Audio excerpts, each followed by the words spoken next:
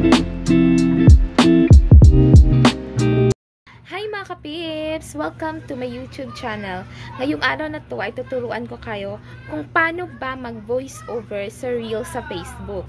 Pero bago ang lahat, please click the subscribe button and also the like button para makasubaybay kayo sa aking mga video. Simulan na natin ang ating tutorial.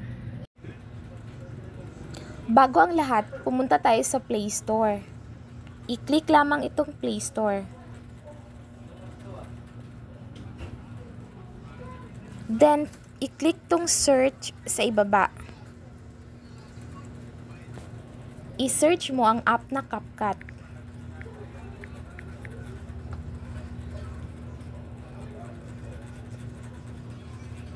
Pag nakita mo na yung CapCut video editor, i-install mo yan.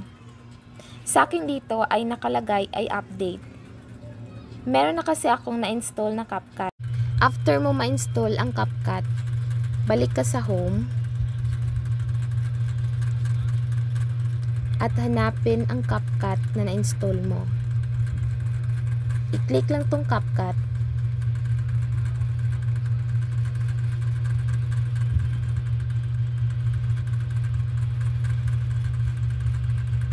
I-skip lang natin tong advertisement niya. Dito sa may ibabaw, may nakalagay na new project. I-click lang ang new project. Tapos maghanap ka na ng video na i-voice over mo.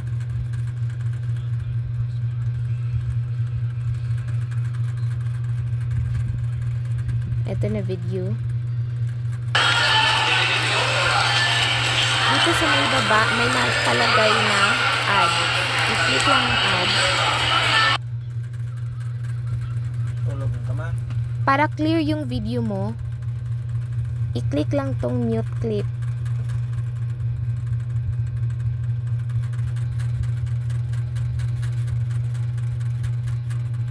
Tapos dito sa baba, i-click lang tong audio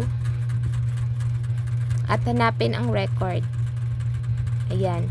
Dito sa may gilid, may nakalagay na record. I-click ang record. At itong color blue, i-click lang to.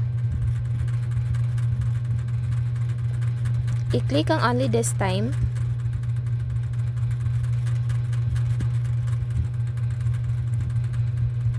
I-click ulit ang record.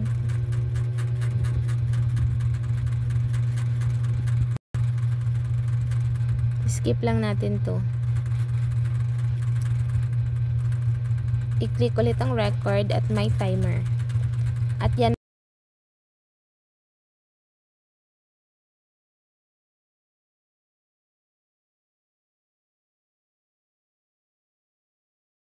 itong color blue. At yan, natapos na ang ating pag-voice over. Merong check dito sa may gilid. I-check tong, i-click lang tong check sa may gilid. Ayan, recording save.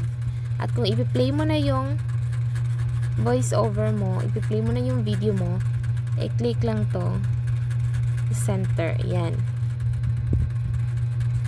Start tayo dito. Mag-start ka ng Ayan. Tapos, i-click ang export. Ayan. Then, ganun lang kasimple ang pag-voice over. I hope na may natutunan kayo for today's video. Thank you for watching. Bye-bye!